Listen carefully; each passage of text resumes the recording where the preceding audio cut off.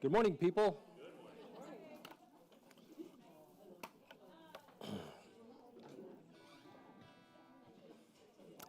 Let's do this. Let us stand up together and let us move a little bit toward the front because we are light in numbers today, and the sense of being light and distant from one another doesn't really work toward community making. And as you're getting closer to someone, maybe say, good morning, how are you, what's your name, all the kinds of things that you do. Then you can sit back down once you've kind of gotten closer to another human being.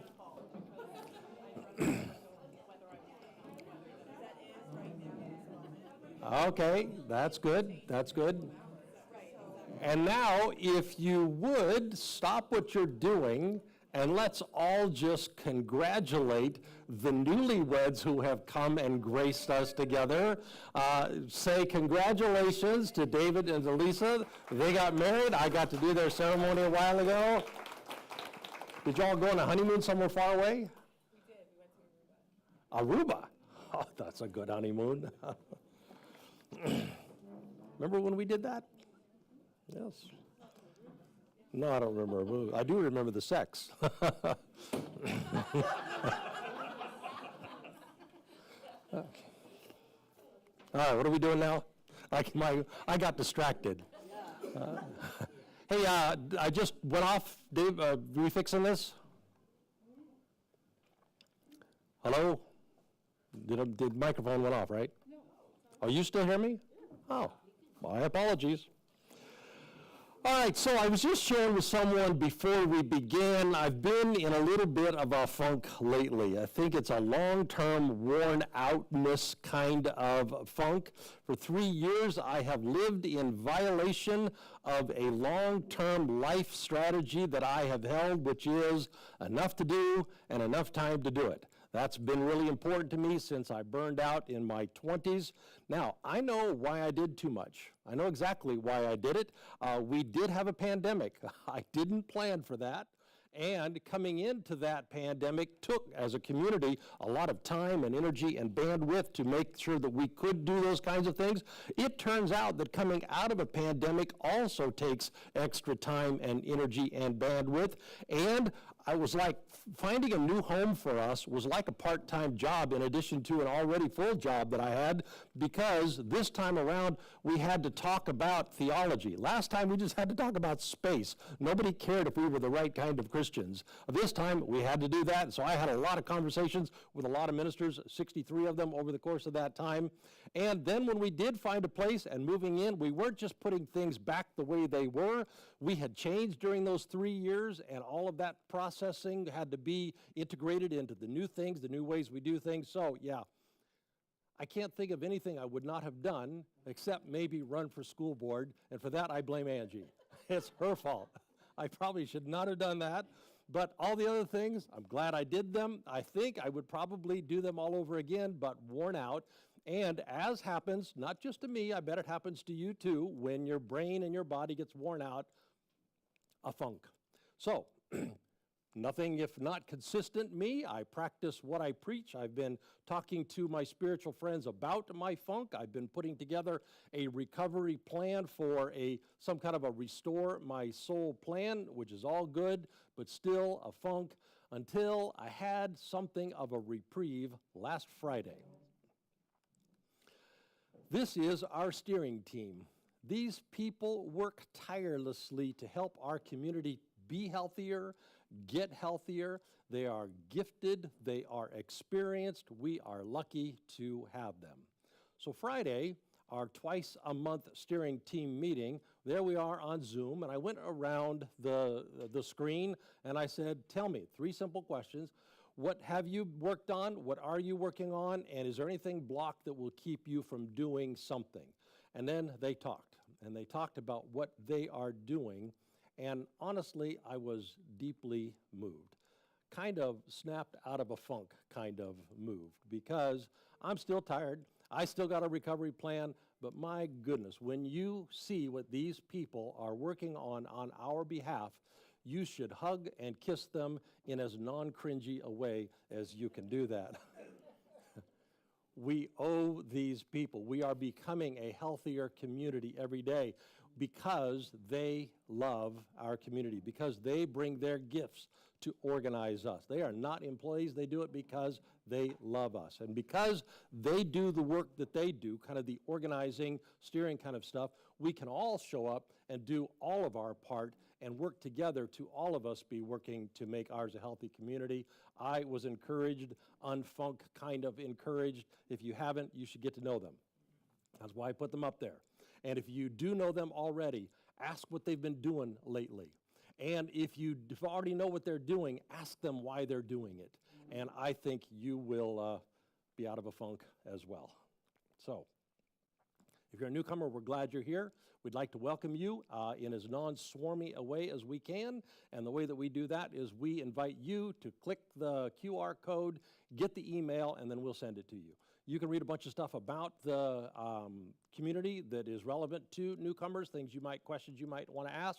But at the end, there will be a link that you don't have to click, but you could click, and then we'll get to meet you in person. So if you'd like to do that, go there. We would love to greet you. Also, we ask this every week: how's your soul? How are you doing? A healthy community stands with one another on our rough days. And so if you're having a rough day, I hope you will tell someone. 3 ways you can do that. You can use the QR code. You can go to our website, or you can talk to John, who's sitting there in the back, and would love to talk with you about that. All right. Let's say, as we do each week together, if you're here, you belong. Well done, people. We are, every one of us, carriers of the inner light. You're going to hear that again in the lesson today. Are you shocked? We are, every one of us, carriers of divine breath.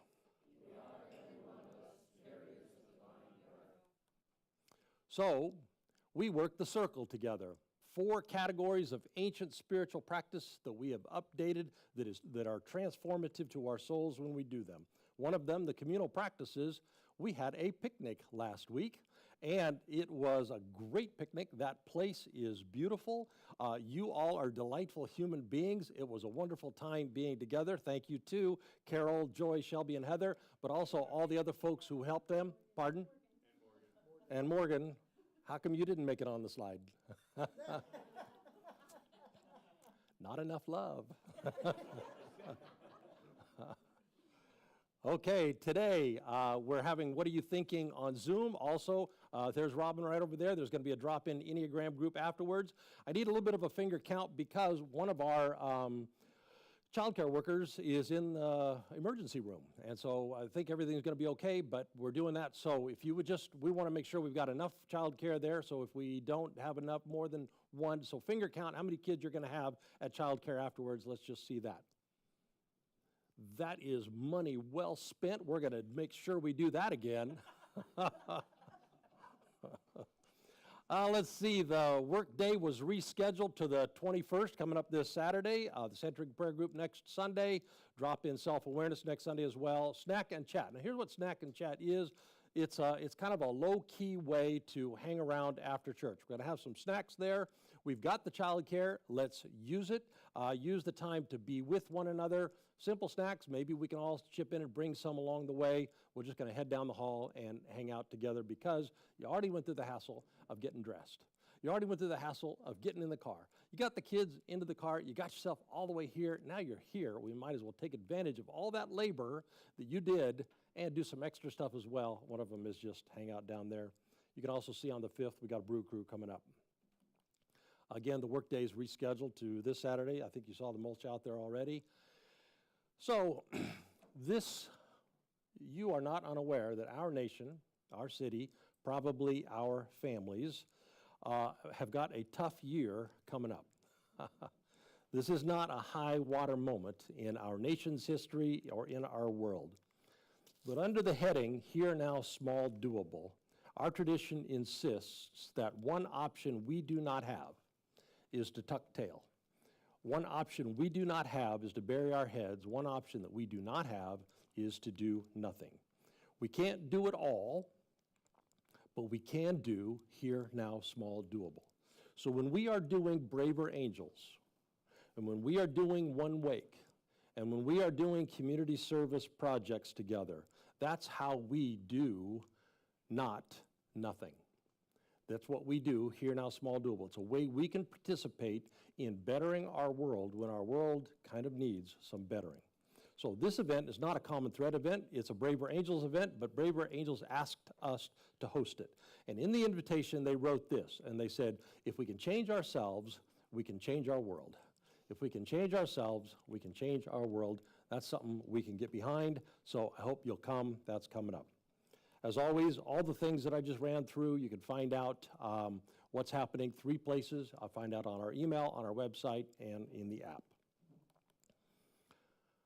Okay, today is kind of a contemplative Sunday. You notice we didn't have the kids in with us. Heather's going to lead us in a little bit in a body scan meditation. But first, here's something that we've been working on. We spent a lot of time trying to become a singing church because in the past, we have dismantled all of the tools that musical people can use to manipulate people into singing. And that just didn't seem legit. That didn't seem like a right thing to do. But there are cultures and there are places and times in which human beings know when they gather together, often in multi-generational ways, how to sing together.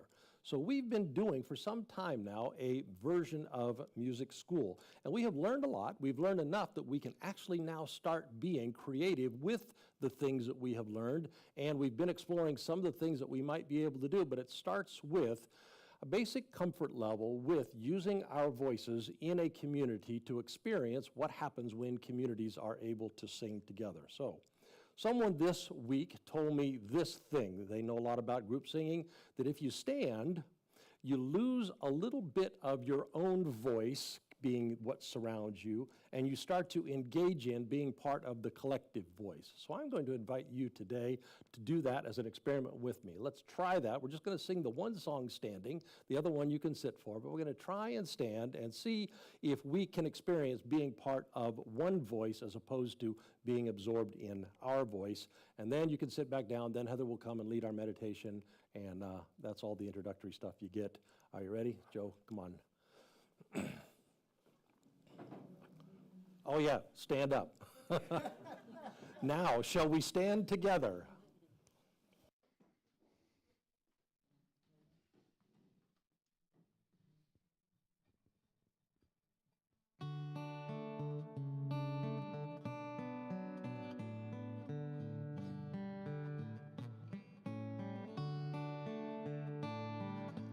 Ubi caritas, Deus ibi est. Ubi caritas, Deus ibi est. Where there is charity and love, God is there, God is there. Where there is charity and love,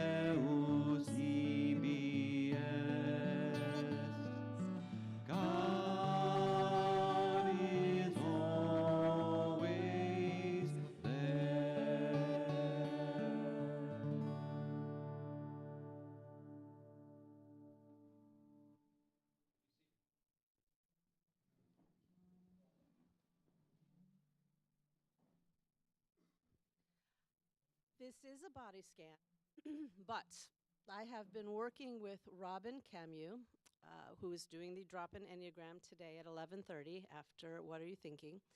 And I have come to learn that depending on your Enneagram type, you might have to modify various forms of meditation so that it resonates more with you. So the first time Robin asked me to do a body scan during one of our one-on-one sessions, I found myself thinking deeply about connective tissues and arteries because that's what fives do. We think our way into our feelings. So I have had to search a little more deeply to find a way of doing a body scan that works for me. So I offer this to you today. So maybe some of you who share with me the 5, 6, 7s, this might work for you a little bit better than the other body scan that you are more used to. So I invite you to experiment with me. Find a sitting position that allows you to be alert, spine erect but not rigid, and also relaxed. Close your eyes and rest your hands in an easy and effortless way.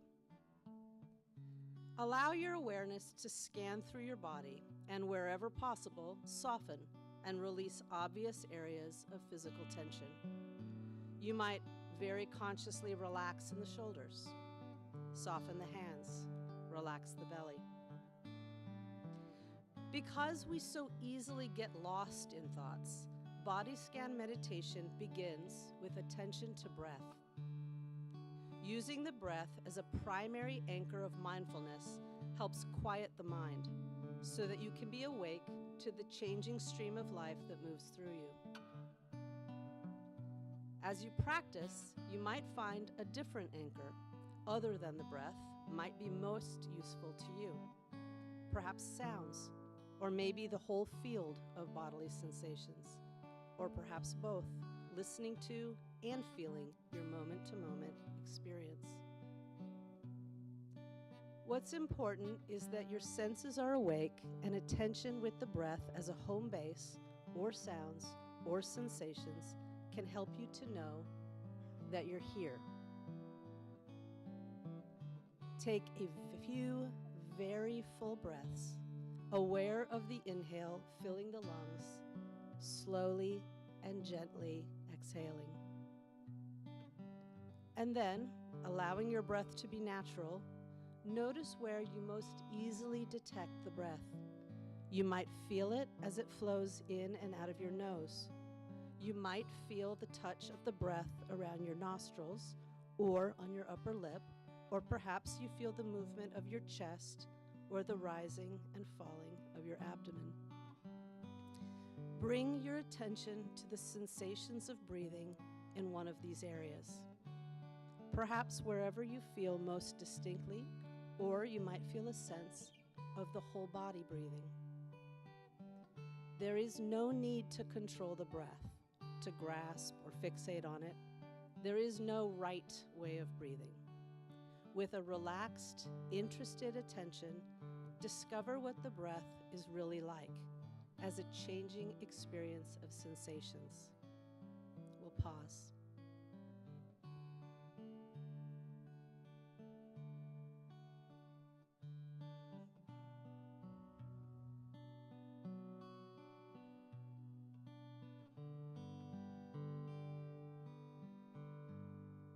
You will find that the mind naturally drifts off into thoughts. Thoughts are not the enemy, and you do not need to clear your mind of thoughts. Rather, you are developing the capacity to recognize when thoughts are happening without getting lost in the storyline. When you become aware of thinking, you might use a soft and friendly mental note. Thinking, or simply recognize this is a thought. Then, without any judgment, pause and reawaken to the moment, this moment, listening to sounds, feeling the sensations that are here, gently returning to the immediacy of the breath. Let the breath be home base, a place of full presence. While you might notice other experiences, the sounds of passing cars, feelings of being warm or cool, an image of a future event, sensations of hunger, they can be in the background without drawing you away from here-ness, from this moment. Be aware of the difference between being inside a thought and being awake. Senses open, present. We'll pause.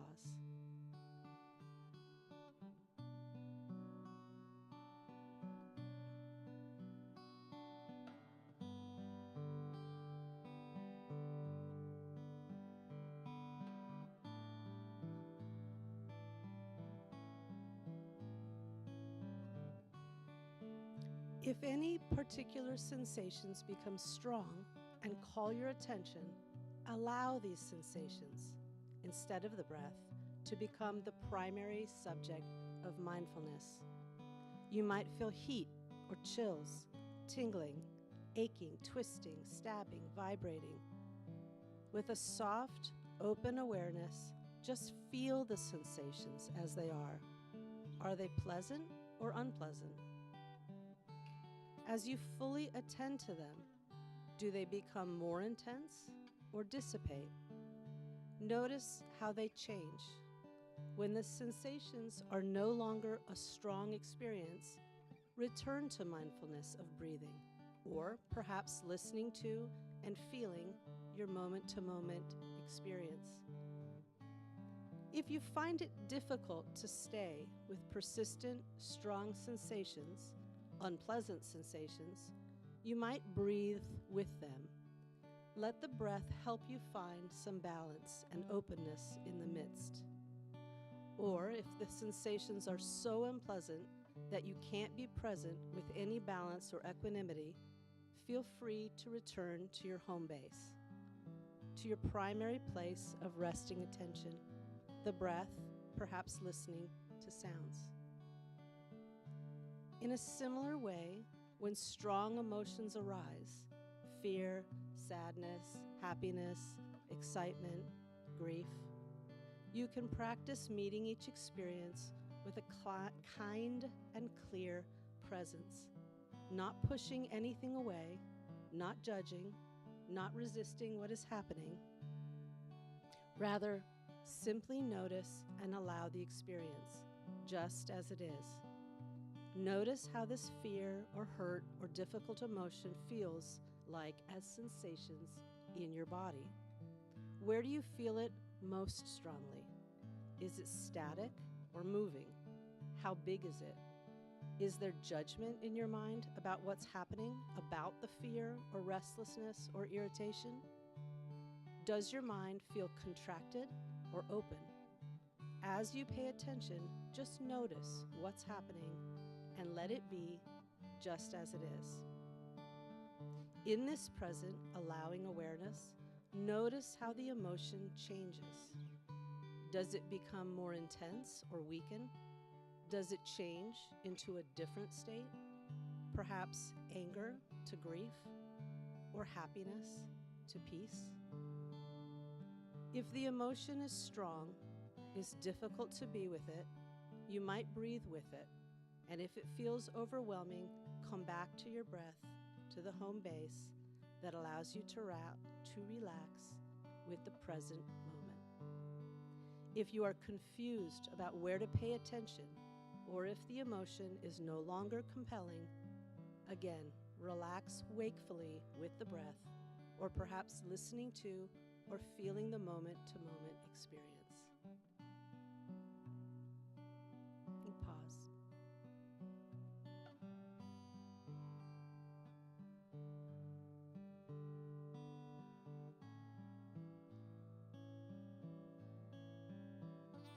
The particular sensations, emotions, or thoughts that arise when we practice mindfulness are not so important. Like the outer weather, there is no inherent goodness or badness to these inner states. What matters is our willingness to be awake, regardless of the weather. It is this unconditional presence that reveals the nature of reality. So continue to be here, And especially if the mind is not so distracted, you might let go of any anchors for attention and explore not controlling anything, not directing the mind, not managing or manipulating your attention in any way. Let your senses be wide open, listening to and feeling the entire moment. When any experience calls your attention, perhaps strong sensations or emotions, notice and allow this experience of aliveness to be as it is.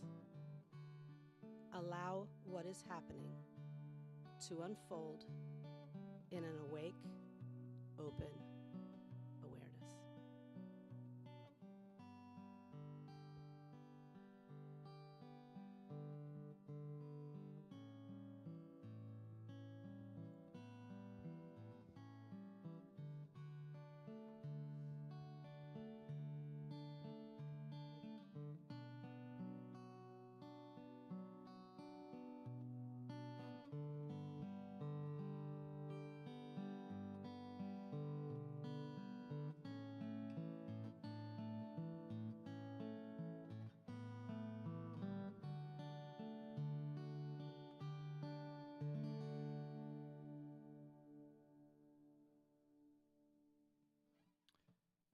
This next song is new to some of us and not new to others.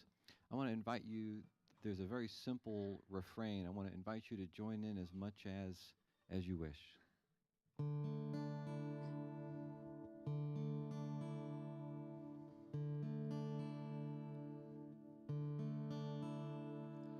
I am light, I am light. I am light, I am light. I am light, I am light. I am light, I am light. I am not the things my family did. I am not the voices in my head. I am not the pieces of the brokenness inside. I am light. I am light. I am light, I am light. I am light, I am light. I am light, I am light. I am light, I am light.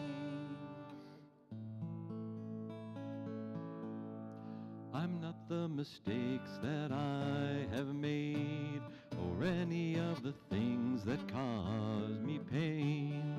I'm not the pieces of the dream I left behind. I am light. I am light.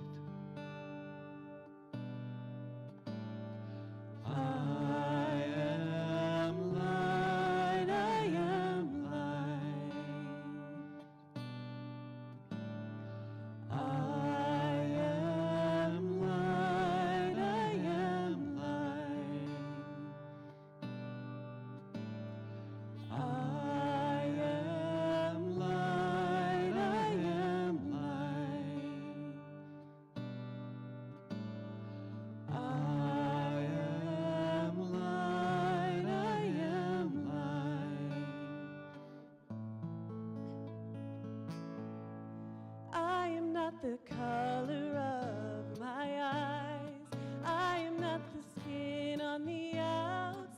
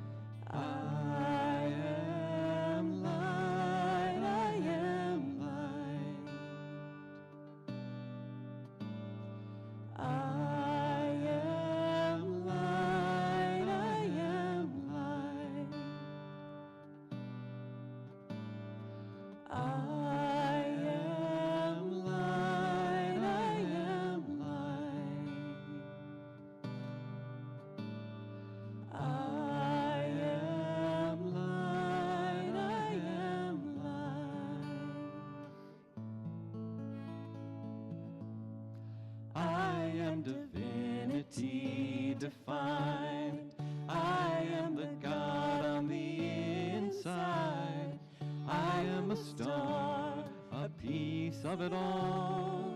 I am light.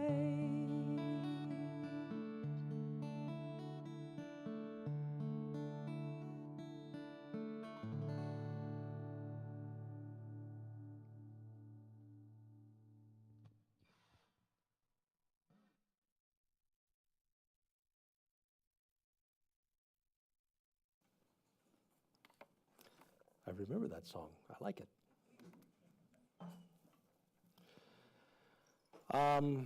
So before I begin today's lesson, I want to thank you all. You've been seeing the housekeeping slide go up. Here it is for almost a year now. And you have been very, very responsive. There was a lot involved in relocating and getting moved in, and thank you very much for all of your responsiveness. If you would, today is a little different than the last few weeks. If you would go to the QR code. Go ahead and get your phone out, point it at the QR code, or you can just go to the app and click the front page because there's a lot there to see. You don't have to click it, but at least it would be good for you to be able to see it. Mind your way, dear. Thank you. All right. So because we haven't done this for the last few weeks, there's a bunch there. Let me give you some of the things that are on the checkbox. As always, click any one that you could help the community with. I would like to learn how to run the live stream and be in the rotation every month or so. If that's it, you click that box. We'll show you everything you need to know. I could help run cables. We have to run cables from back there up onto this thing, all the way around here, get it back there, get it hidden, and we can start cleaning up the platform. We can start, that's like the last project. I know how to do that.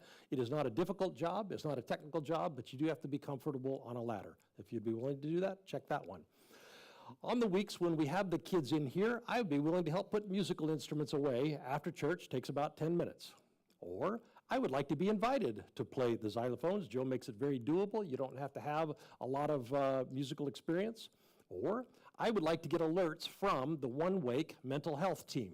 I would like to know what's going on in terms of our community's efforts and our community of communities efforts working toward mental health and homelessness. I want to get to the thing. Or I would like to be part of One Wake's mental health team. That's about 4 hours a month that it would take to be part of that. I would like to help Cherie find a red church to co-sponsor a Braver Angels chapter with us. We qualify as a blue-leaning church, and so maybe somebody in your family goes to a red church. Maybe you could give us a name or a contact, and then we could maybe find someone and work together doing that. And this last one, I have been starting to study our society's men and boy problem. I'm doing some reading right now because our men and our boys are not thriving in our society. So I'm thinking about my grandsons. I'm thinking about how we go about raising boys. How do men help raise boys? How do women help raise boys without toxic masculinity and help them find their place and find their way in the world? So if you'd like to read that with me, maybe talk about stuff we're reading, click that box. But also, Jordan Bowman, who's Jeff and Joy's son, works with an organization here in town that does a very good job, men mentoring men and men mentoring boys. If you would like to know about that, if you'd like to find out about that, click that box and I will make the introduction. Okay, that's a lot of stuff going on, so thank you again for that.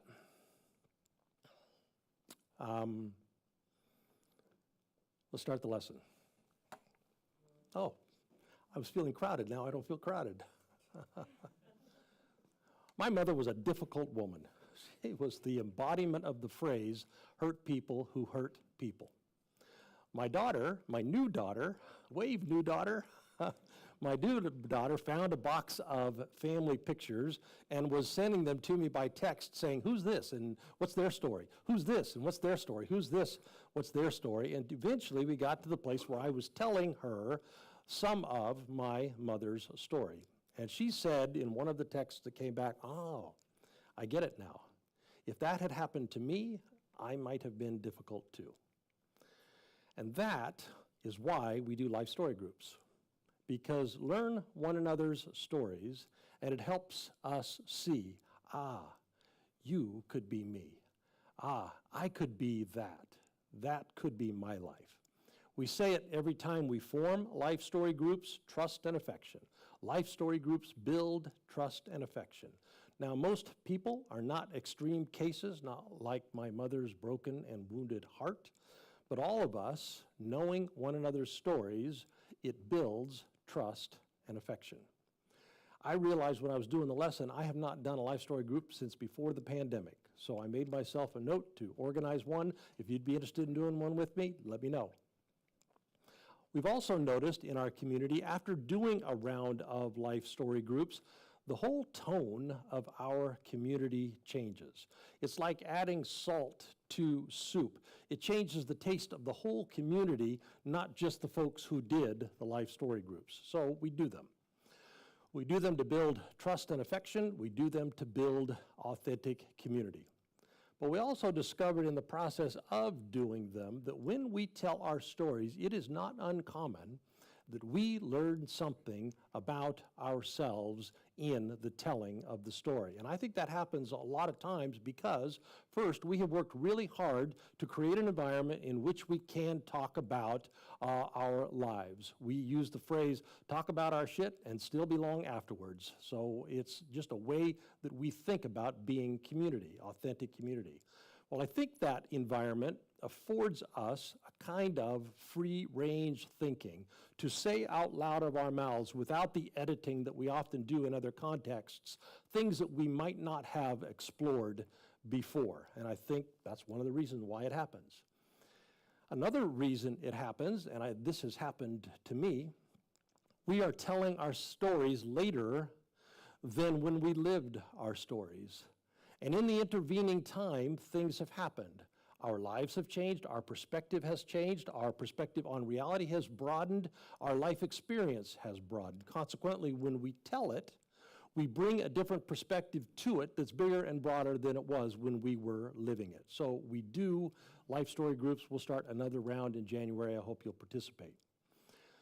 Well, I tell you all that because I got this email after one of our rounds of life stories groups, and it bears on today's lesson on today's technology of transformation. The email went something like this. Doug, I am not trying to be dramatic, but that life story group, it changed my life. I met with 3 other guys. I did not expect that we'd have much more than 45 minutes to say to each other each time, but turns out, no, we had more. When it was my turn, he said, I told part of my story, and the part that I told had a lot to do with my relationship with my wife. And I said more than I thought I would, kind of said more than I wanted to. On the way back home, I kind of kicked myself and said, you blabbermouth. And on top of that, I showed emotion, WTF, his email, not mine. That is not something I do, but he said, something happened. In the days after that, the stuff that I said started working on me. He used the phrase, disrupted my psyche. For a couple months, there was this persistent tap, tap, tap, tap, tap, tap, this inner voice thing saying, talk to her, tell her, which, he said, I resisted. I held off, I resisted, because I like keeping the peace. That's not going to keep the peace. I don't like rocking the boat. That is going to rock the boat, so I kept quiet. But tap, tap, tap, tap, tap, tap. So he said, last Saturday, I pushed past my anxiety. There was a quiet moment in the house, and so I brought it up and we talked. I loosely followed the format we use when we do the self-awareness worksheet. I told her what happened. I told her how I felt. I went through the feelings list word.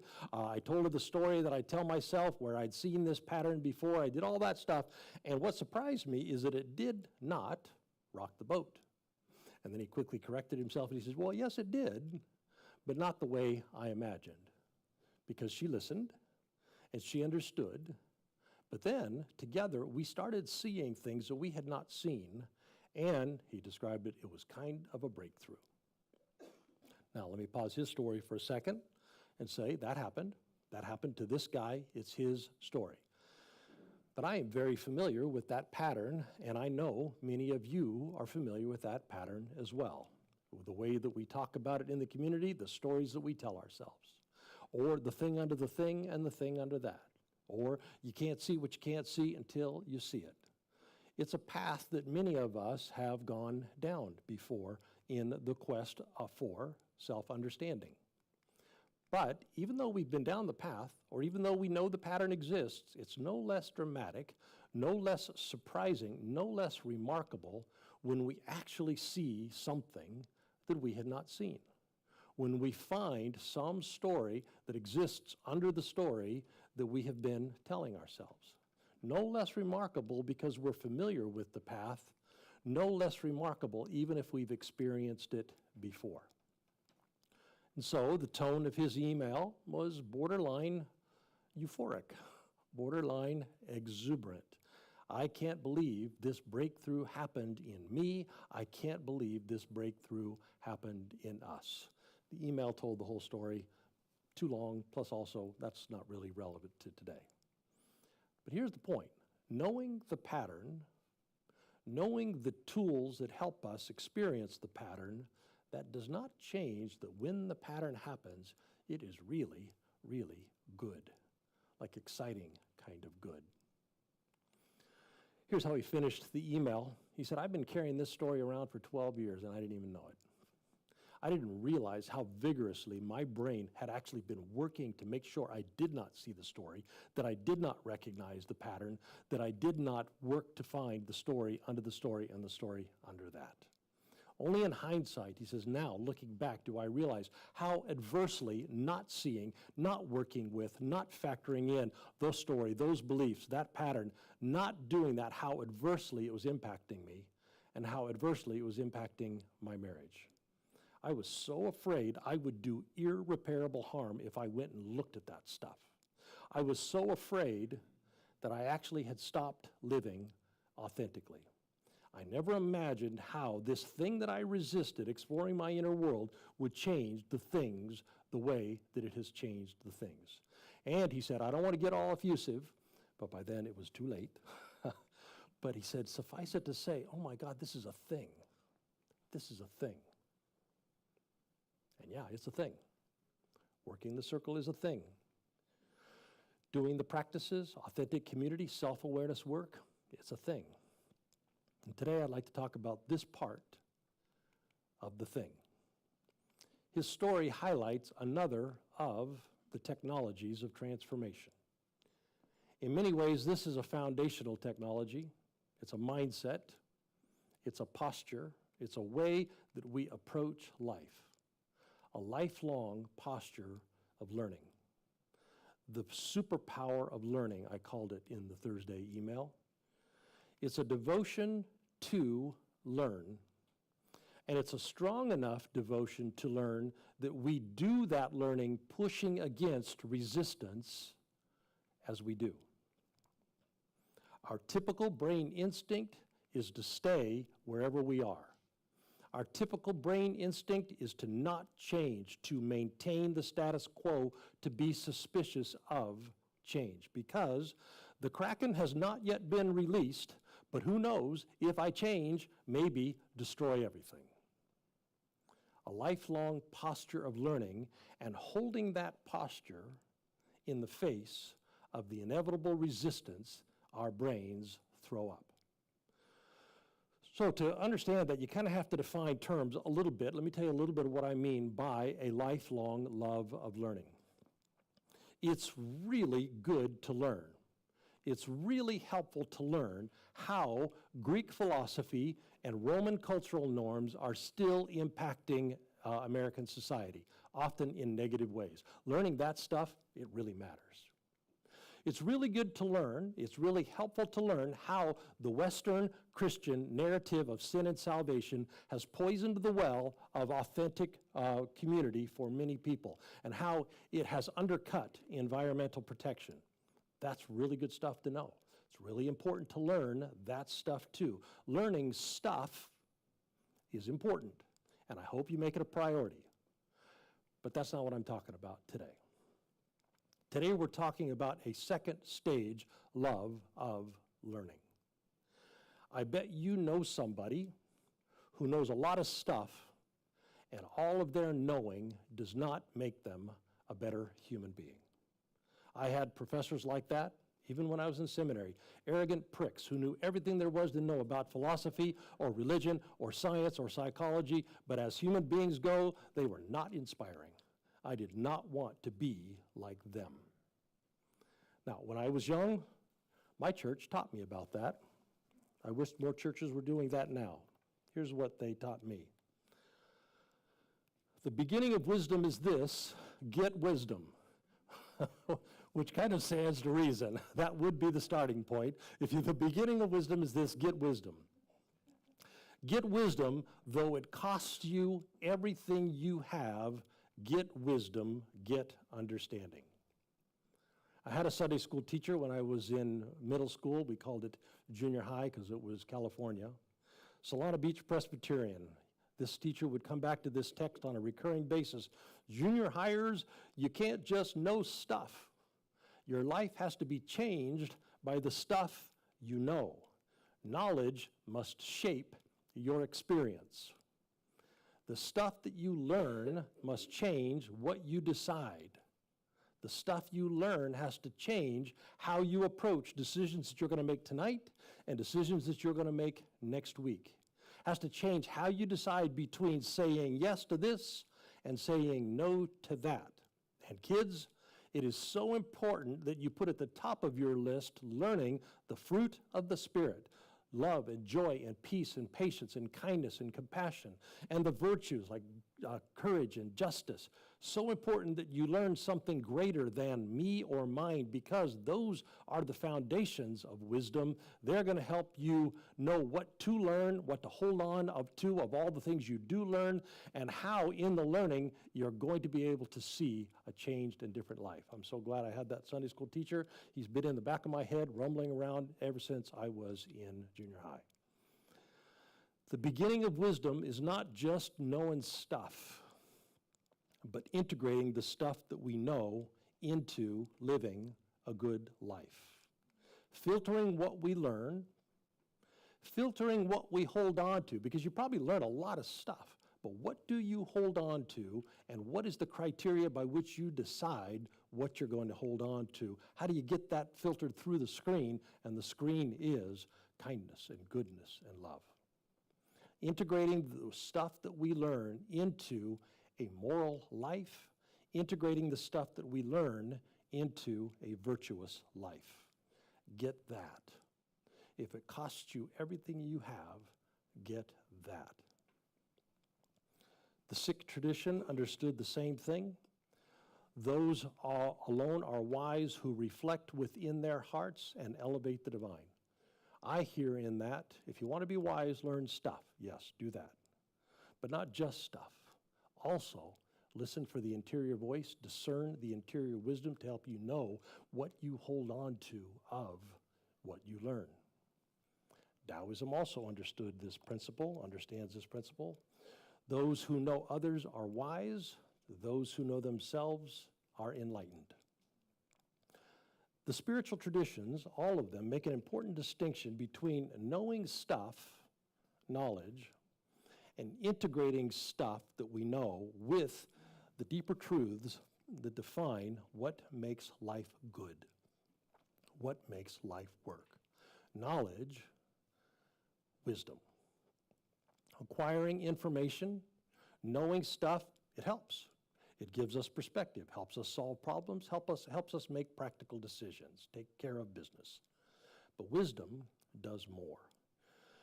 Wisdom seeks out the foundations, the principles, the core truths on which the good life is built, and then tenaciously builds life on those truths, those principles. Wisdom helps us make good decisions about life, helps us make sound judgments, helps us discern what sound judgment would be, and then to follow that course and to live it once we do make the discernment. Wisdom is the fountainhead of meaningful, virtuous lives. It is inextricably bound together with morality and ethics and virtue. It's not just living an informed life, it's living a good life. Get wisdom, though it costs you everything. Now let me get practical for a minute and tell you kind of what that means. What would it mean to live life that way? Well, part of what it would mean would be to do what our story guy did. Face down the inevitable resistance that we feel when wisdom asks us to make a significant change. Face down the inevitable resistance that we feel when wisdom asks us to make a significant change. So for that, let's revisit our cosmological myth, which we do from time to time, our origin story. Here it is. Made out of dirt, we are. Made out of clay, made out of the elements of earth. And there's us. Also, made alive by the very breath of God, infused with the very Spirit of God. Us, made out of earth stuff, all of the red in tooth and claw parts, they're in there. All of the evolutionary adaptation parts, they're in there. And there's us also filled with more. Breath of God stuff, inner light stuff. That's our ancient origin story. A story designed to help us think about how we live our lives, to help us grapple with an interior tension that you feel, just like I feel, just like every other human feels, that we've got within us inner demons, and we've got within us better angels. We've got within us evolutionary survival algorithms, and we've got within us inner light beauty. And the story tells us both are in there. Don't forget either one, but understand that the deepest part, the animating you part, that what makes you alive part, is made of the same stuff God is made of. It's also a story that helps us think about resistance to wisdom, because every one of us carries an onboard resistance to wisdom, and we all have to grapple with that as well. Our story suggests that is just going to happen because you will carry the red in tooth and claw part. You will carry the dirt part. You will carry the clay part. And all of those evolutionary origin parts, they're in there. So we all carry evolutionary fear. And on the top of our list of things that we fear, the unknown. And very little is as unknown, consequently as scary as our own hidden away inner demons. Oh my God, if I dig into the thing under the thing, who knows, maybe a tiger in there. Maybe make things worse, not better. Maybe unleash the Kraken. But here's what wisdom says. Wisdom says, when evolutionary instinct screams, don't keep going, keep going. Wisdom hears, don't go there, and then goes there. And not only goes there, but develops a lifelong love for going there. Quick example, you hear me say all the time that we can't know anything about God. The word God is an invitation to unknowing. It's not knowledge about God that we ever get. It's about experiencing something deeper than we have currently experienced. We say that all the time. So, put up any metaphor for God. Wind is one that we use a lot. And the point is not, now I know. God is wind. Phew, I'm relieved. I feel confident. I'm in the know. Now I can relax. Brain, you can be quiet now because you know God is wind. Not the point. The point is experience.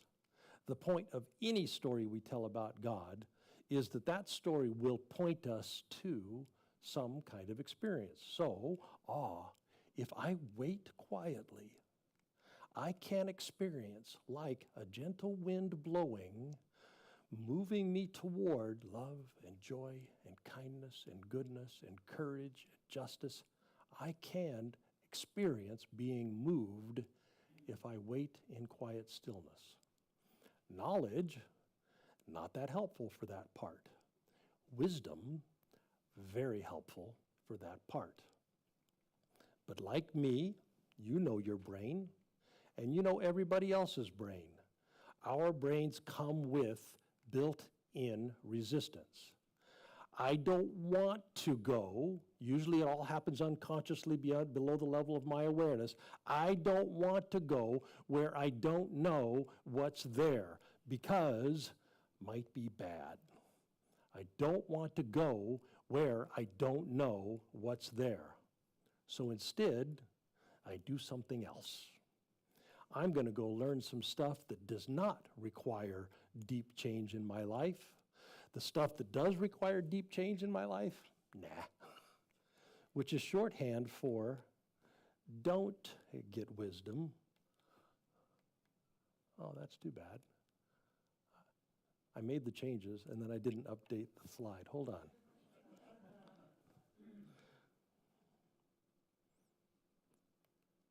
There we go. Now it's going to be better. Watch this. That was a very smooth transition, so let's ramp up to it again so you can just see how smooth the transition it was going to be. So, let me go back up a little bit just to remember where I was. Yeah. So instead, what we do, instead of going to where change is so demanding, is we learn all the other stuff. We learn all the stuff about Greeks and Romans. We learn all the stuff about artificial intelligence. We learn all the stuff about all the stuff. And what we don't do is learn the stuff that requires change, which means what we don't do is get wisdom. That's the point of the whole I just saw it.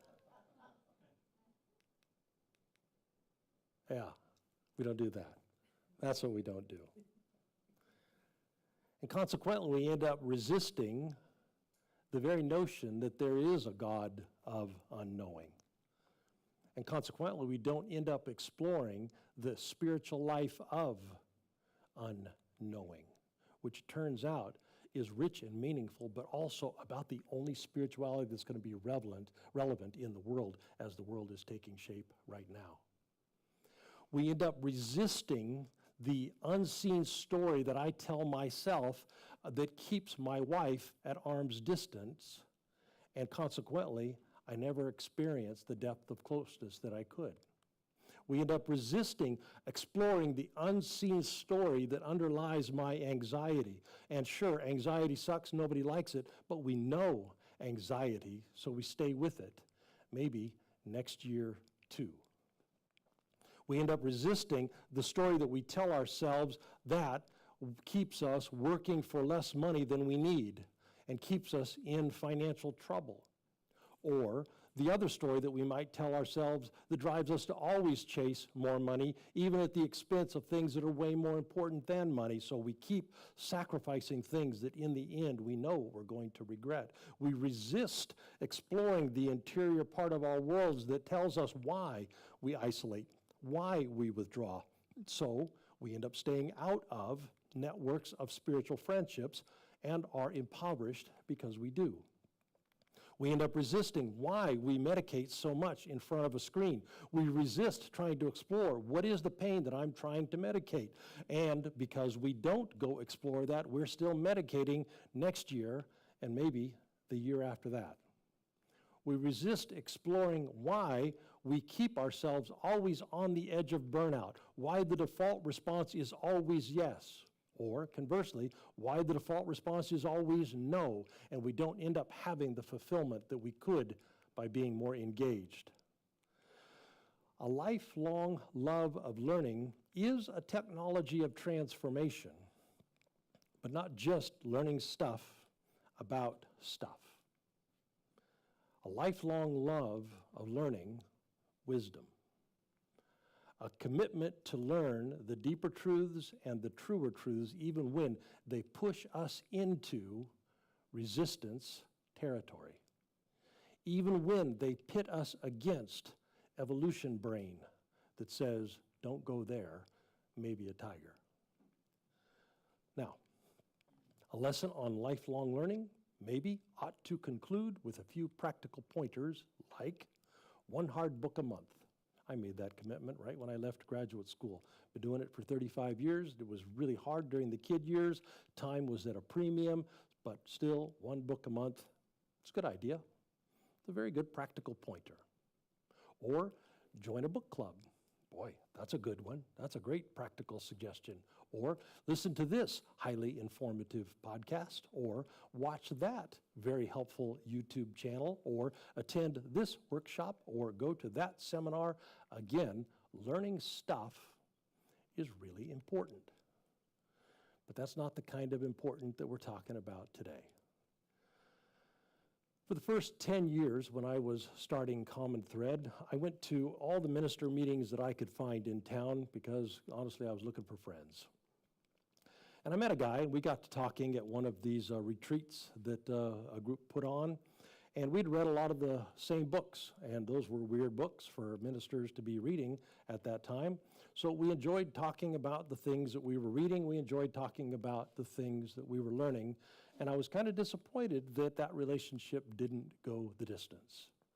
But eventually, he kind of stopped returning my calls, and I think I also started calling less frequently, because here's what I think happened.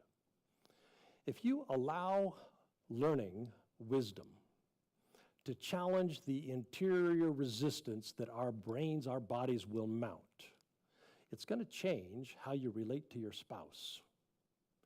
It's going to change how you relate to your job.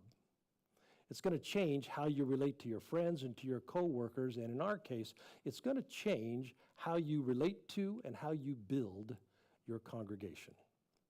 So I began to start moving the discussion toward those kinds of changes. So hey, great, we've talked about new book, we've talked about new idea. Now let's talk about how that book, how that idea changes how we organize our communities. Let's talk about how it changes how we're going to organize our budgets and our calendars and our energy. Let's talk about how that's going to change our own way of being leaders or our own way of being husbands and fathers. So I was asking myself, so I began to ask him too, what's going to be different because we learned this new thing? What's going to change? And I think he began to find our coffees just less fun. And so pretty soon we stopped having them. But here's my prayer for us. Indwelling divine, may we not stop. May we not be put off by the evolutionary resistance in our brains. May we get wisdom, even if it costs us everything. May we get wisdom. Amen. Amen. Oh, yeah, that's right. All right. This is a very inconvenient time to have a budget shortfall. I don't imagine there is a convenient time, but this is particularly inconvenient. We're doing this survey, and this survey is the very first step in what's going to become a much longer conversation where we are going to be imagining our future together. So, a very inconvenient time to also be talking about budget shortfalls. But here's what we're going to try and do. We're going to try and talk about both, but also try not to conflate the two of them. We've had a budget shortfall. We've had them before. I'm thinking we'll be fine. When the community has understood in the past what's happening, where we are, what's going on, the community has always done a really good job of kind of pulling together and taking care of what needs to be taken care of. Who knows? This might be the first time, no, but I'm thinking we're going to get through this. So we need to talk about that, but we also need to not confuse that conversation with this other conversation. So here's what I'm going to do. I have heard several times in the last few weeks, hey, what do we spend our money on? Hey, where does our money go? Which helped me realize, oh yeah, it's been quite some time since we've had a money discussion. So there's a lot of new people who just don't know what we spend our money on. So I'm doing a math project, another one, which is really kind of a storytelling project. How do we tell our community where our money goes? Because we have found over the years that many human beings have a hard time not zoning out when we just send out the itemized category report, because it's number after number after number after number after number after number, and we tried it, and it turns out you don't read it. So my project, and I've been getting help from some folks who do nonprofit, they're veterans of that world. Here's how to get people the information that they need, and here's how to not zone them out. I'm getting some help creating a format, all the information in a pretty chart, and a link that you can follow if you want to dig into all the gritty details. So you should get that maybe this week. You should maybe get that next week, depends on how fast I can get to it. An updated report format, so when you do, please do read it. It'll tell you this is where our money goes, and this is what we spend our money on. So look for that report. I hope to accompany it with a short video explanation. That should happen in the next week or two. But I also want you to hear this. We're just starting to have this conversation about our future. Again, the survey is a very preliminary step to start asking us together about our future. But this is not a budget shortfall conversation. This is a healthy in 5 years conversation. Maybe it's a healthy in 50 years conversation. So, as we say each week, we always give online. The QR code will take you there. So will our website, so will the app. It's as easy as it can be. Did I mention we've had a budget shortfall?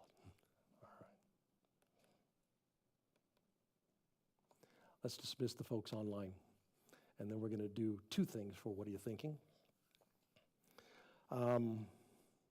Those of you online, we're going to do a little bit different format for What Are You Thinking today. But we invite you to go do What Are You Thinking on Zoom, and the way you get there is either on the front page of our website or right there in the notes in the YouTube link. There's a link that'll tell you how to get there. When you get there, it's going to ask you for a password. The password is 1417. When you get there, I don't know, you'll find one of 5 people who are just over the top gracious. They will make you feel so comfortable. And if you go, and then if you keep going, you will, and we have found this to be true, start building friends in an online way. And you'll start building not just friends, but a place to actually have conversations that there aren't a lot of spaces in the world to have. We have conversations about how our souls grow in these contexts, and these people who are part of that thing are becoming dear to one another, and they would love you to join them. So go to the link, go to the Zoom afterwards, and we're going to dismiss you all. If you would, let's put our hand on our hearts as they go, and remember, as we do, that we are, every one of us, carriers of the indwelling divine. Love and joy, peace, patience, kindness, goodness, they're all in there because the breath of God animates who we are. And if you would extend your other hand to our city, let's look for opportunities to share what's already in us with the people that we live and work and go to school with, looking for opportunities to repair our world, to heal our world. Amen. God bless you all. You are dismissed. We are not dismissed.